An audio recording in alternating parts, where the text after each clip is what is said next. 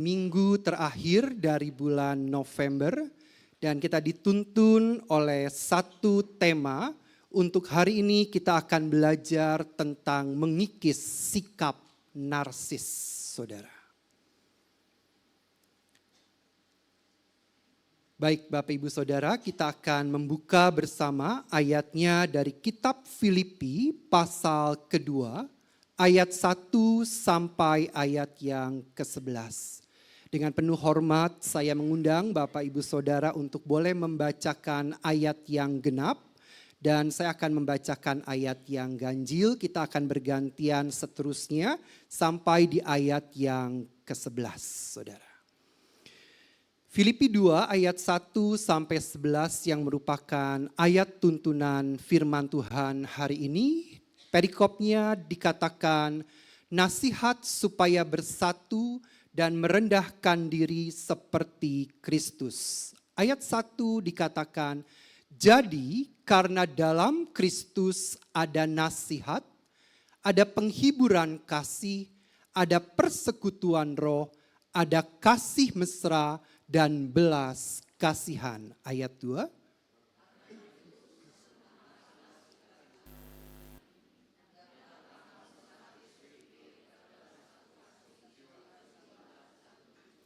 Dengan tidak mencari kepentingan sendiri atau puji-pujian yang sia-sia, sebaliknya hendaklah dengan rendah hati yang seorang menganggap yang lain lebih utama daripada dirinya sendiri.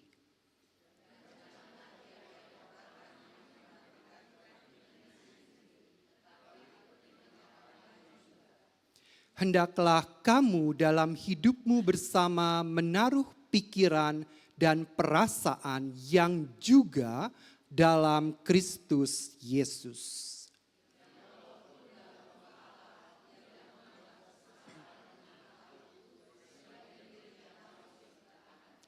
Melainkan telah mengosongkan dirinya sendiri dan mengambil rupa seorang hamba dan menjadi sama dengan manusia.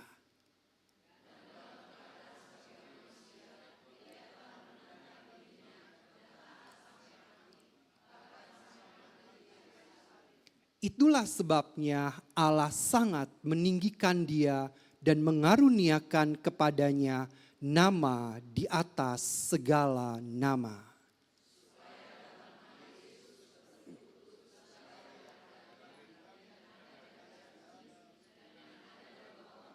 Mari baca bersama 2-3. Dan segala lidah mengaku Yesus Kristus adalah Tuhan bagi kemuliaan Allah Bapa. Amin, saudara. Saya percaya setiap kita yang membaca, kita menyimpannya di dalam hati dan kita melakukannya dalam hidup kita. Nah Bapak Ibu Saudara, dikatakan perikop dari pasal 2 ayat 1 sampai 11 dituliskan, nasihat supaya bersatu dan merendahkan diri seperti Kristus. Ternyata Bapak Ibu Saudara, sifat narsis itu sudah ada sejak zaman dahulu. Sifat narsis ini itu sudah dituliskan dalam kitab Perjanjian Lama, saudara. Dan baru populer di kalangan kita beberapa tahun belakangan ini. Tapi sebelumnya, jauh sebelum itu, sifat narsis itu sudah ada di dalam firman Tuhan. Nah sebelumnya kita akan melihat apa sih yang dimaksud dengan narsis. Menurut Kamus Besar Bahasa Indonesia, narsis dikatakan satu kepedulian yang berlebihan terhadap diri sendiri.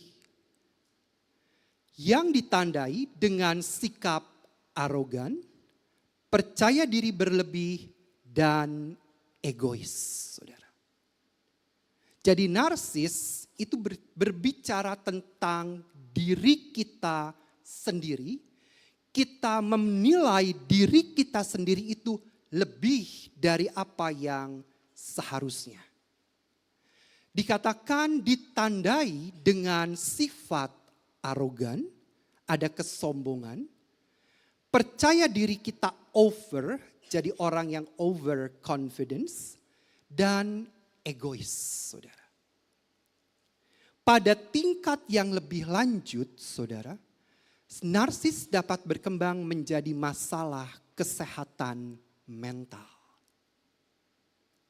Nah, hati-hati Bapak Ibu Saudara, kalau ada gejala-gejala ini, jangan sampai dibiarkan. Jangan sampai kita kena mental, saudara.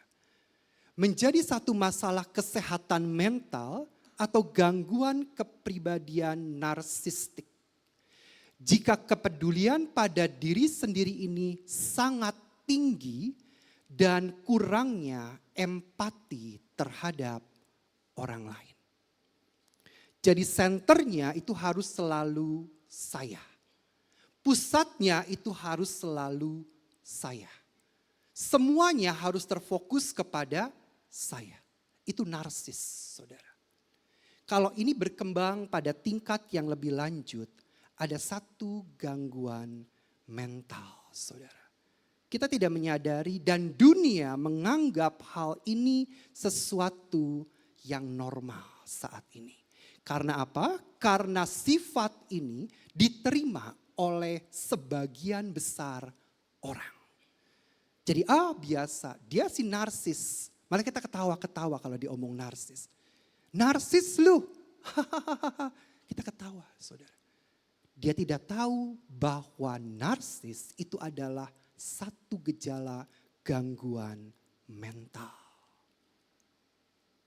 Yang berujung pada sesuatu yang tidak baik, saudara.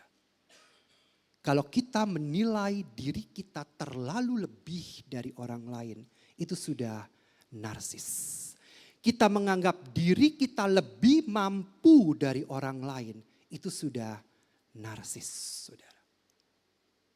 Nah, mari pahami dengan baik bahwa narsis itu adalah satu gejala gangguan mental, saudara. Nah, berikutnya dikatakan bahwa dunia modern saat ini itu sangat mengagungkan diri sendiri. Saudara akan diterima oleh satu kelompok atau satu komunitas kalau saudara punya nilai yang sama dengan komunitas itu.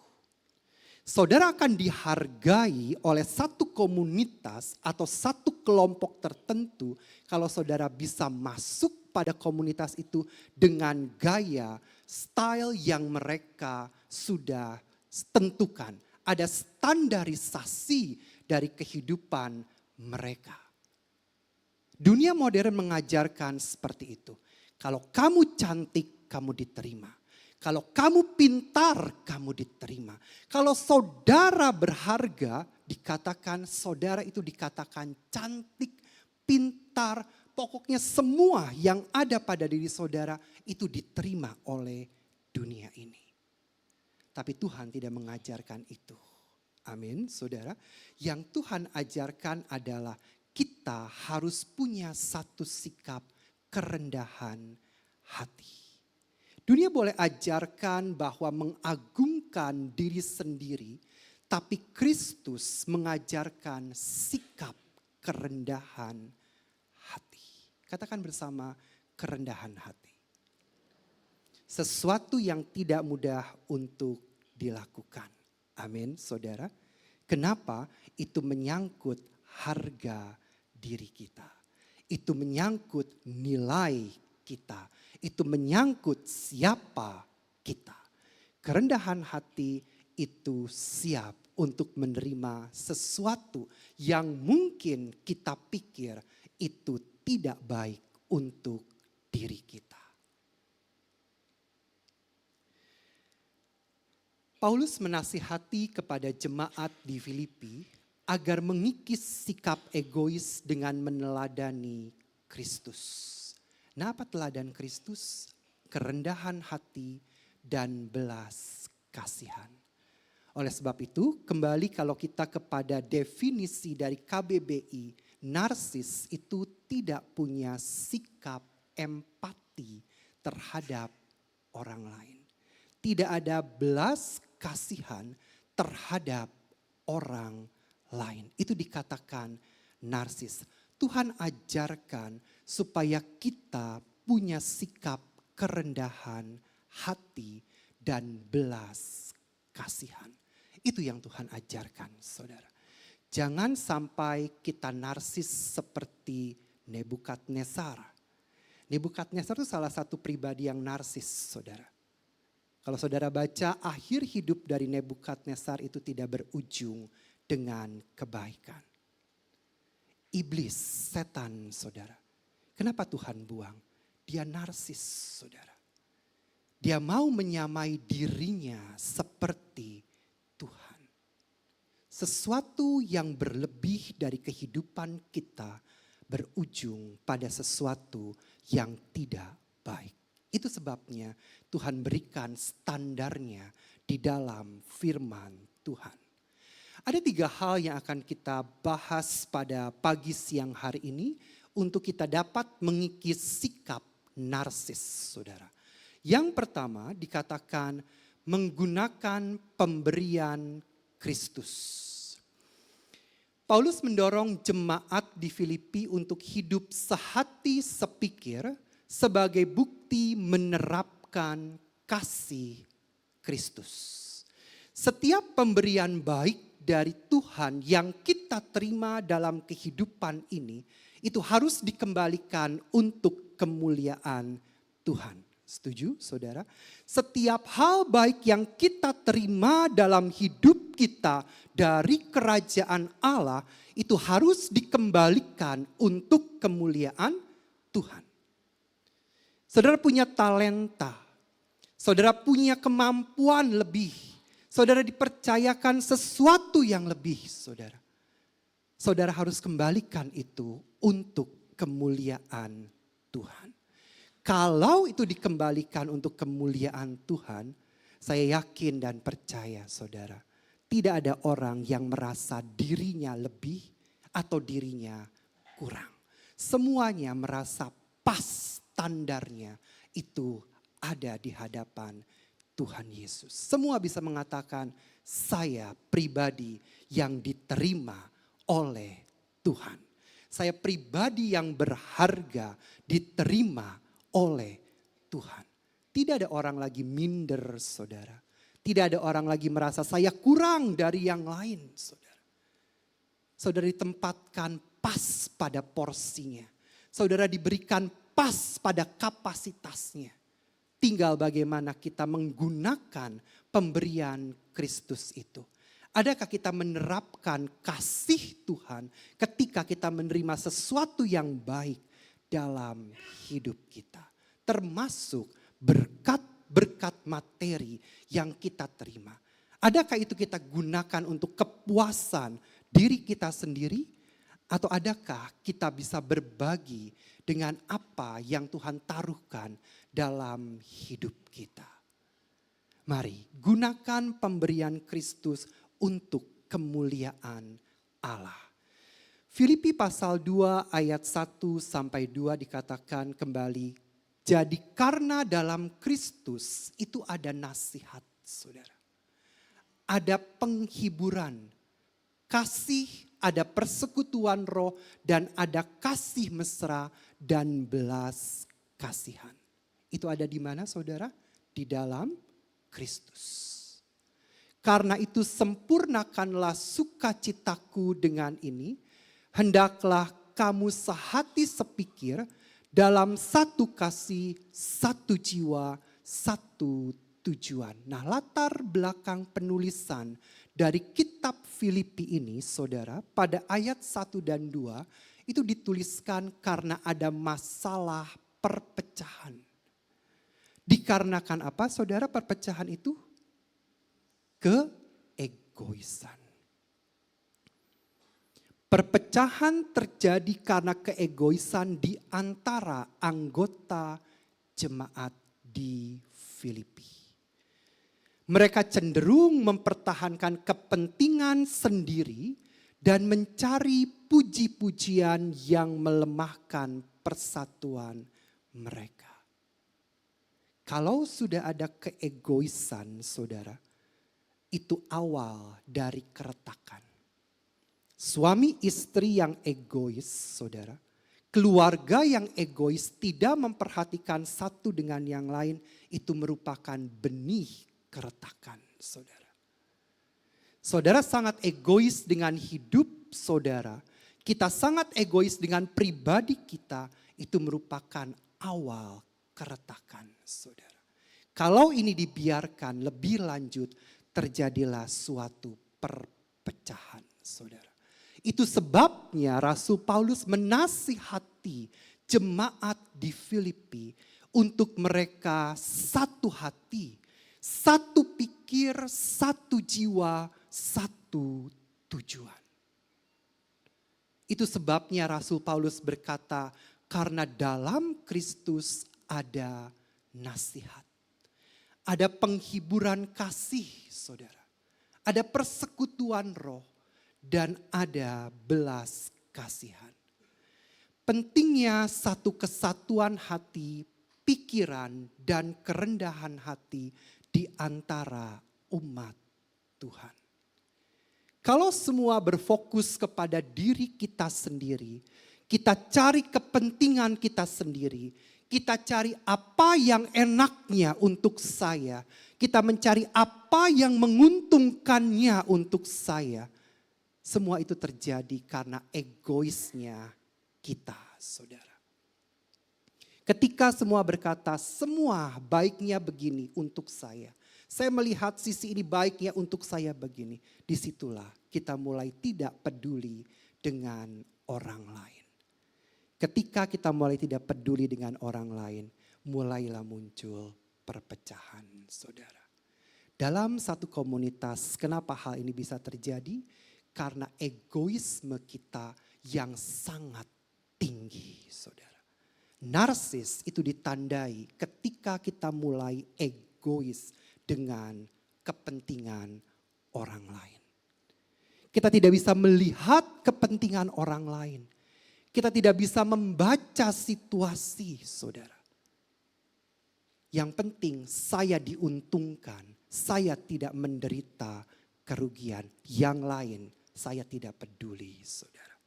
Orang narsis akan selalu berkata, saya, dan saya. Mari ganti pola pikir kita, paradigma kita, untuk kita menggunakan pemberian Allah dalam hidup kita, untuk kita keluar, saudara. Kita melihat apa yang ada di luar, bukan kepada diri saya. Cukup bagi saya. Tapi kita melihat apa yang ada di luar, apa yang bisa kita lakukan, saudara.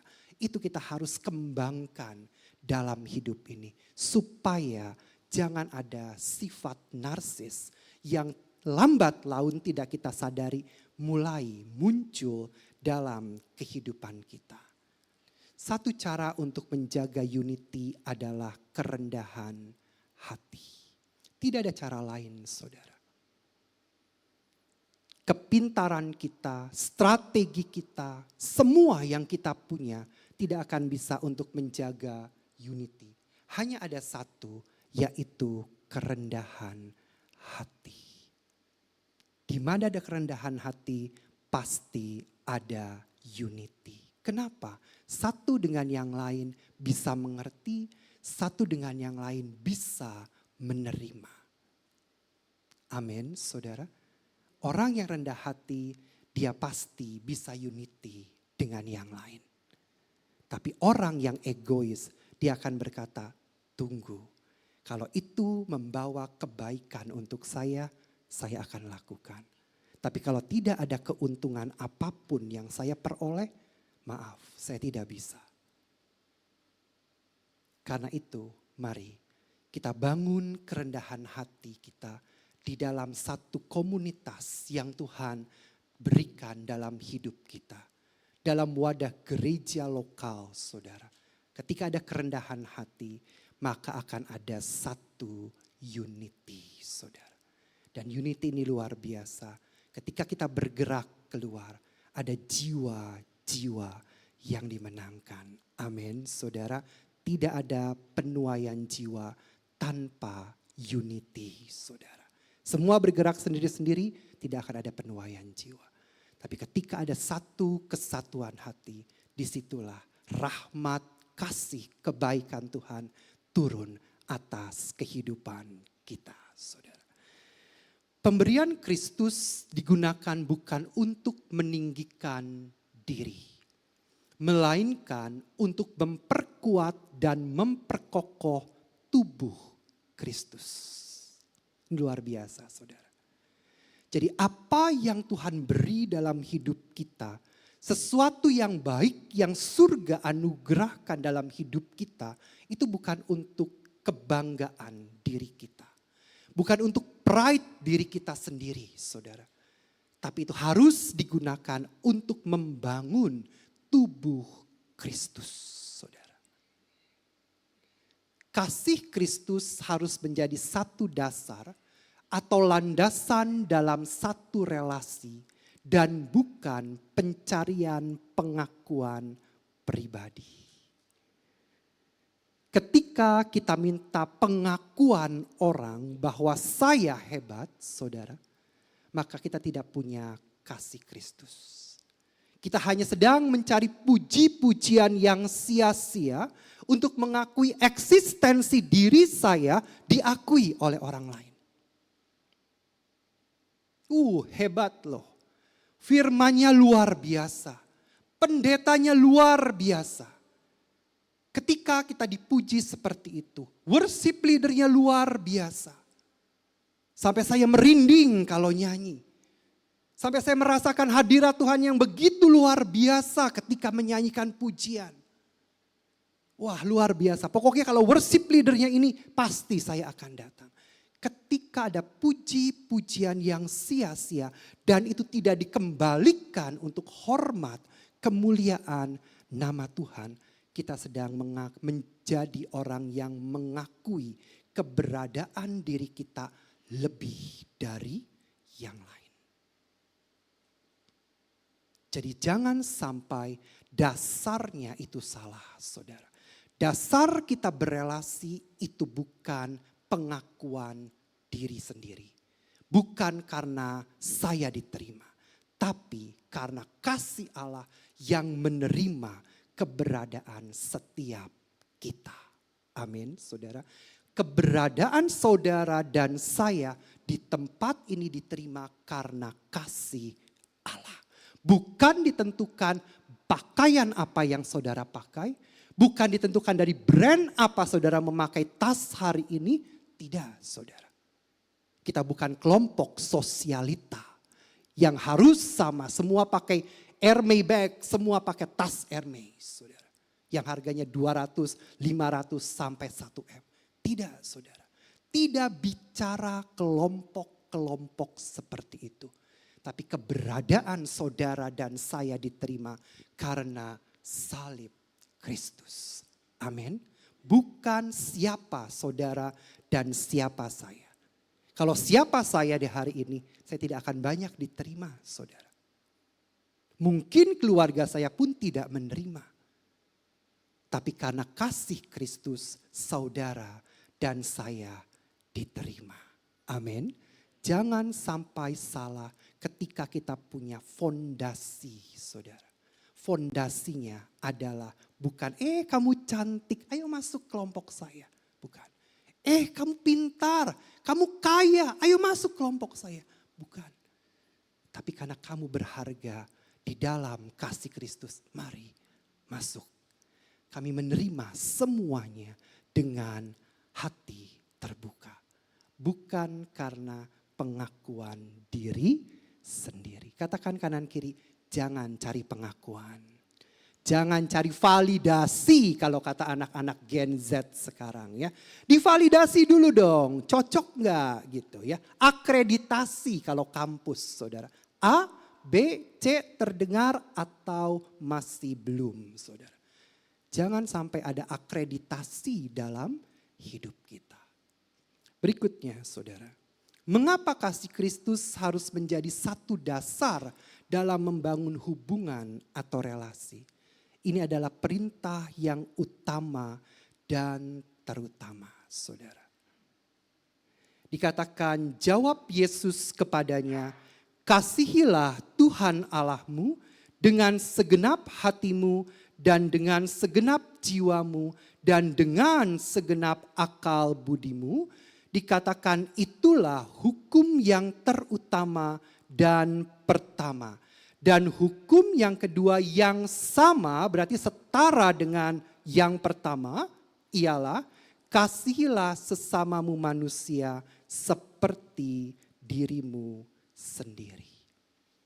Dua hal ini tidak dapat dipisahkan, saudara. Kita harus mengasihi Kristus terlebih dahulu, baru kita bisa mengasihi sesama. Jangan dibalik, saudara. Ya, kalau kita mengasihi sesama tanpa landasan kasih Kristus, sewaktu-waktu itu bisa pudar.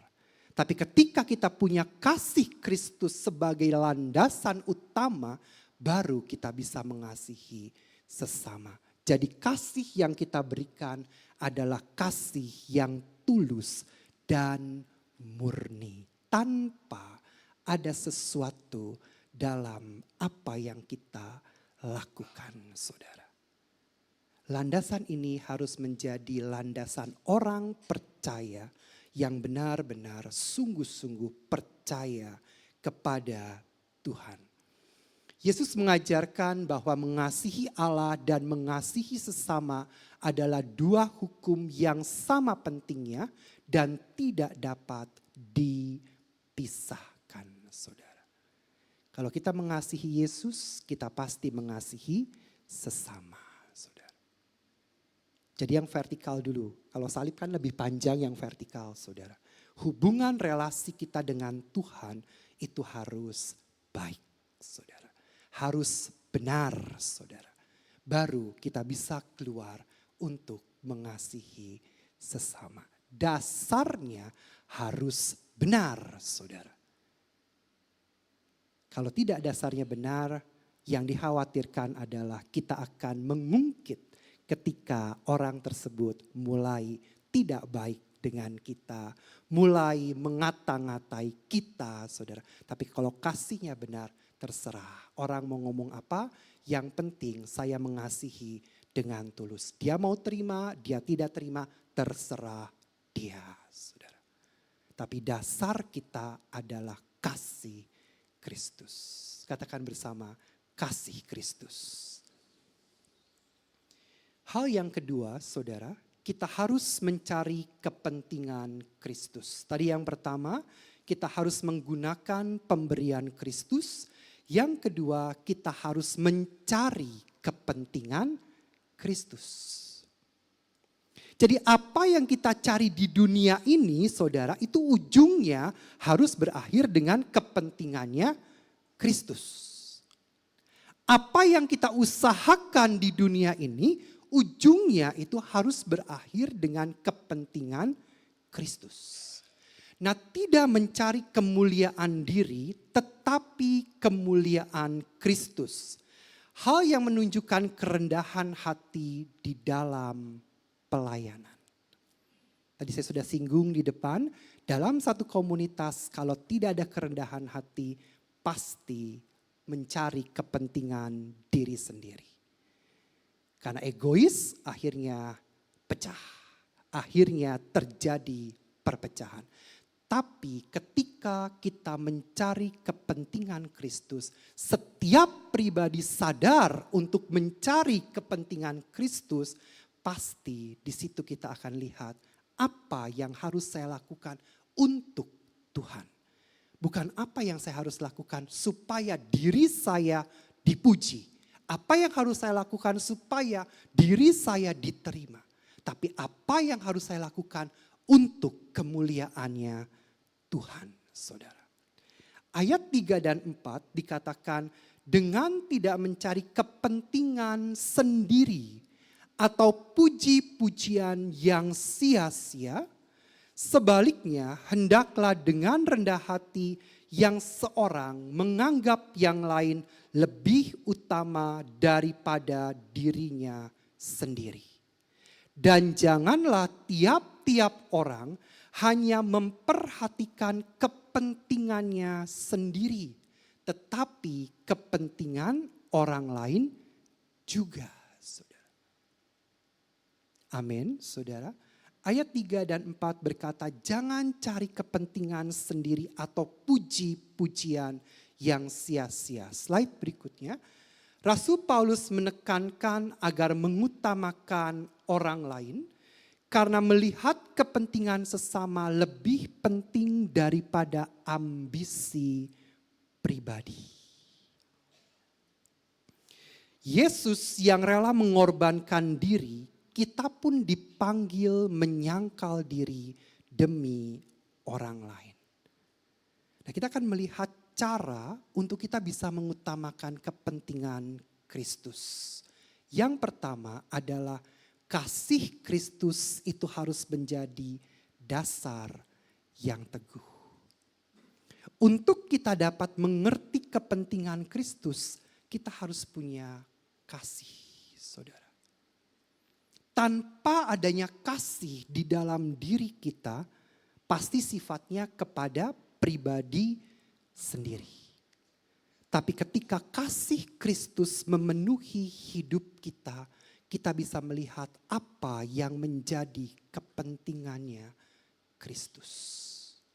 Ini akan mendirect kita, ini akan membuat hidup kita pada tujuan yang tepat, saudara. Orang yang hidupnya tahu untuk melakukan apa dalam hidupnya, itu pasti akan didirect, akan didrive dengan satu tujuan.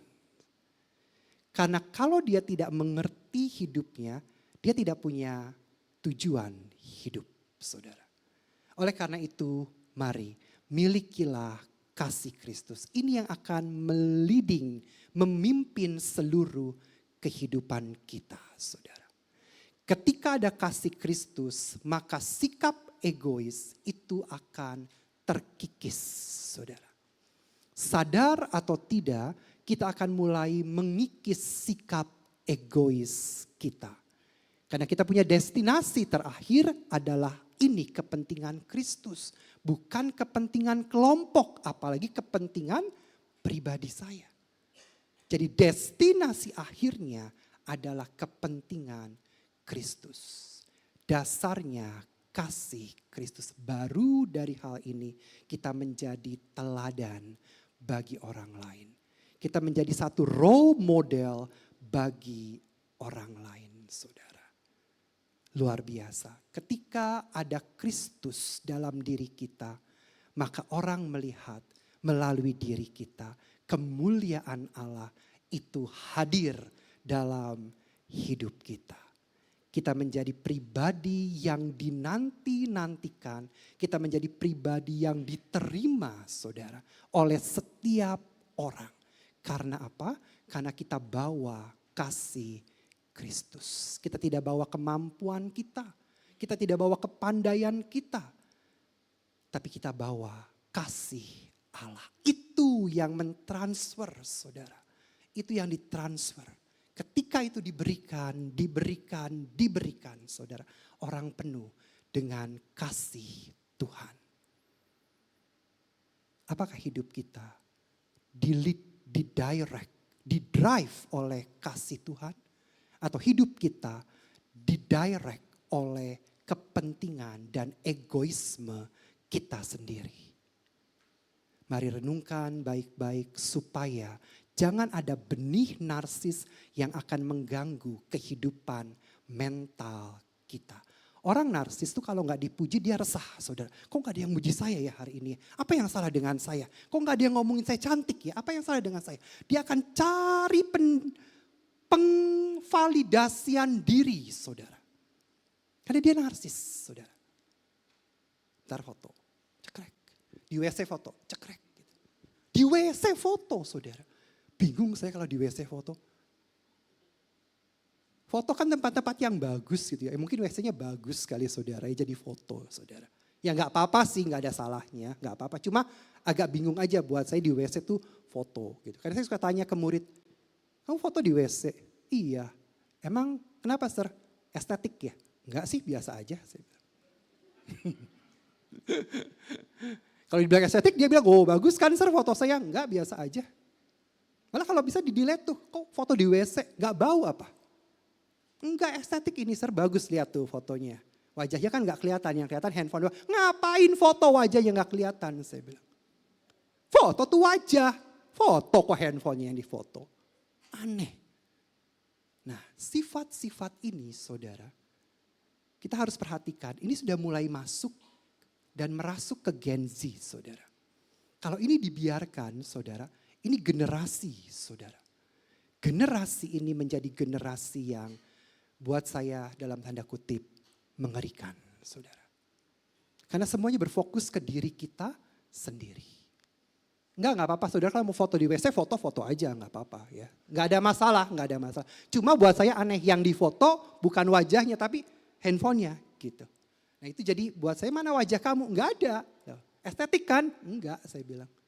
Estetik di mananya gitu. Nah itu jadi buat saya sesuatu yang kita harus miliki dalam hidup ini adalah kepentingannya Kristus, saudara. Bukan kepentingan pribadi. Boleh katakan kanan kiri saudara, cari kepentingan Kristus. Ya, sampai dengar tetangganya, cari kepentingan Kristus, saudara. Ya, emang sifat manusia kalau lapar ya saya dulu yang makan, tunggu ya, jangan ganggu makan saya gitu. Tapi mulai belajar berbagi, saudara ya. Punya sedikit berbagi dengan yang terdekat, saudara ya. Kalau dengan yang terdekat aja berbagi susah, jangan ngomongin yang jauh, saudara ya. Dengan yang terdekat coba berbagi, saudara. Dengan keluarga, dengan siapapun orang-orang yang saudara anggap dekat, saudara ya. Jadi nggak apa-apa berbagi, saudara. Nah sesuatu yang baik kita perlu terapkan dalam hidup kita supaya kita mengikis sifat egois diri kita. Yang terakhir saudara, kita harus meneladani Kristus. Jadi yang pertama kita harus menggunakan pemberian Kristus. Yang kedua kita harus cari kepentingan Kristus. Dan yang ketiga Kristus itu adalah teladan hidup kita. Meneladani kerendahan hati Kristus yang adalah Allah, dia rela menjadi manusia dan hamba.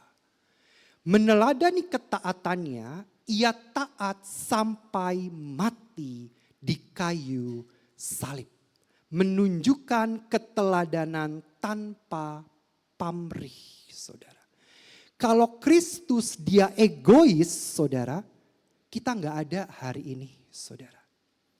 Kalau Kristus Tuhan dia tidak mau turun dari surga menjadi inkarnasi, mengalami inkarnasi sama seperti manusia, kita tidak ada hari ini, saudara. Karena Kristus dia begitu rendah hati, serendah-rendahnya, saudara.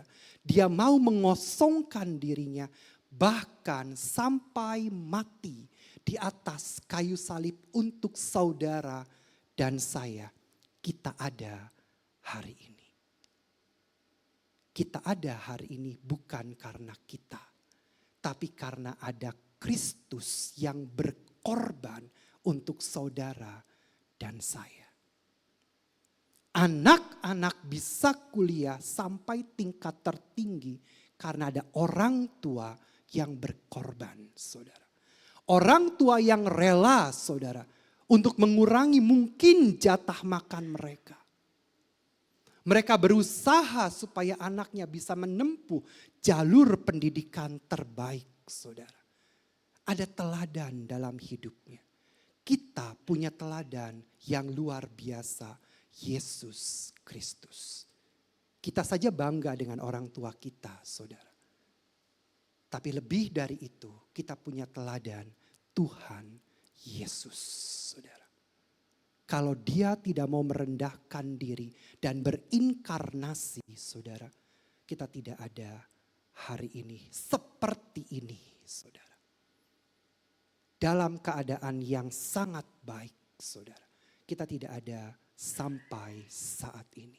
Teladani ketaatan Tuhan Yesus. Slide berikutnya, boleh tolong dibuka kitab Yohanes pasal 4 ayat 36.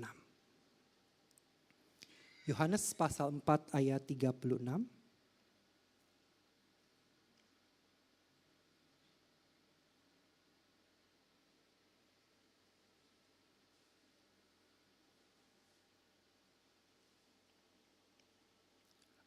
Ayat 34. Yohanes pasal 4 ayat 34. Kata Yesus kepada mereka, makananku ialah melakukan kehendak Dia yang mengutus aku dan menyelesaikan pekerjaannya. Inilah kenapa Tuhan Yesus taat kepada Bapanya. Karena Dia tahu makananku ialah melakukan kehendak Bapa yang mengutus aku dan menyelesaikan pekerjaannya. Teladani ketaatan Tuhan Yesus. Dan yang kedua, ketika kita meneladani Tuhan Yesus, maka kemuliaan Allah itu akan nyata di dalam hidup kita. Karena kerendahan hatinya, Allah meninggikan dia. Dia mengaruniakan nama di atas segala nama. Kerendahan hati selalu berakhir dalam kemuliaan Allah. Tuhan Yesus sampai dia mati dengan cara yang tidak manusiawi, saudara. Menurut saya dia tidak manusiawi matinya, tapi mendatangkan satu kemuliaan Tuhan. Sesuatu yang kita teladani dari Tuhan Yesus, dia mengosongkan dirinya dan dia mengambil rupa seorang hamba. Kata hamba itu berarti doulos, saudara. Doulos kalau diartikan itu keset. Tahu keset, saudara? Keset buat apa, saudara? Kalau saudara masuk rumah ada keset di depan pintu rumah, diinjak atau diangkat dengan baik-baik, saudara. Diinjak, saudara. Nggak tahu tuh alas kaki kita habis nginjekin apa. Kita keset di situ. Seringkali ketika ada orang mulai mengganggu, mengusik kehidupan kita, kita bereaksi, saudara. Kita bereaksi begitu rupa karena diri saya diganggu. Ego saya diganggu. Ego saya mulai diturunkan oleh dia. Hal itu yang membuat kenapa tidak bisa unity. Hal itu yang membuat kenapa tidak adanya kesehatian. Karena ego saya mulai diganggu. Sadar atau tidak, seringkali kita semua, saya saudara, kalau saya menerima sesuatu yang tidak enak, pasti saya akan bereaksi, saudara. Tapi sebelum lebih jauh, kita harus flashback, saudara. Kenapa ini muncul? Pasti ada sesuatu, saudara. Kalau kita langsung frontal, saudara, tanpa kita menganalisa diri kita, kenapa ini bisa ada? Kenapa orang kok bisa begitu dengan saya? Kalau kita tidak evaluasi diri, kita akan frontal, saudara. Dan perpecahan itu akan sangat mudah terjadi. Tapi kalau kita biasa flashback dan kita menilai, mengevaluasi apa yang pernah saya lakukan. Oh mungkin ini saya salah. Saya bertobat dari kesalahan itu, berbalik kepada Tuhan pada jalan kebenaran, saudara. Amin, saudara. Supaya hidup kita berakhir dalam kemuliaan Allah. Kita mau mati seperti Daud, saudara ya. Mati dalam kekayaan dan kemuliaan. Jangan mati di dalam kesengsaraan, penuh nestapa, duka, derita. Tapi matilah di dalam kemuliaannya Tuhan Yesus, saudara. Ayat terakhir kita akan melihat dari Amsal pasal 18 ayat 12. Kita baca bersama saudara ya. 2, 3. Tinggi hati mendahului kehancuran. Tetapi kerendahan hati mendahului. tinggi hati mendahului kehancuran. Sombong, saudara, hancurnya nggak saat itu. Nanti, saudara, berjalannya waktu, kita terus ada di posisi arogansi, saudara, itu akan turun, saudara. Dengan sendirinya itu akan ditarik turun, saudara. Tapi kerendahan hati mendahului kehormatan. Amsal 22 ayat 4 sebagai ayat terakhir, ganjaran kerendahan hati dan takut akan Tuhan adalah kekayaan, kehormatan, dan kehidupan. Orang yang punya karakter narsis, dia tidak punya kerendahan hati. Karena definisi narsis itu adalah lebih menilai diri sendiri daripada apa yang seharusnya dinilai. Contoh arogansi itu sudah ada di dalam hidupnya. Contoh untuk mementingkan diri sendiri sudah ada di dalam hidupnya. Jadi tidak akan ada yang namanya kerendahan hati, belas kasihan, apalagi kasih Allah di dalam kehidupannya. Kita harus berakhir dalam kemuliaan Tuhan Yesus. Amin, saudara. Jangan sampai kita sia-sia hidup di dunia dan berakhir dalam sesuatu yang tidak baik. Tapi akhirilah finishing well kita dalam the glory of God. Amin. Mari kita bangkit berdiri, saya mengundang para musik, worship leader dan singer.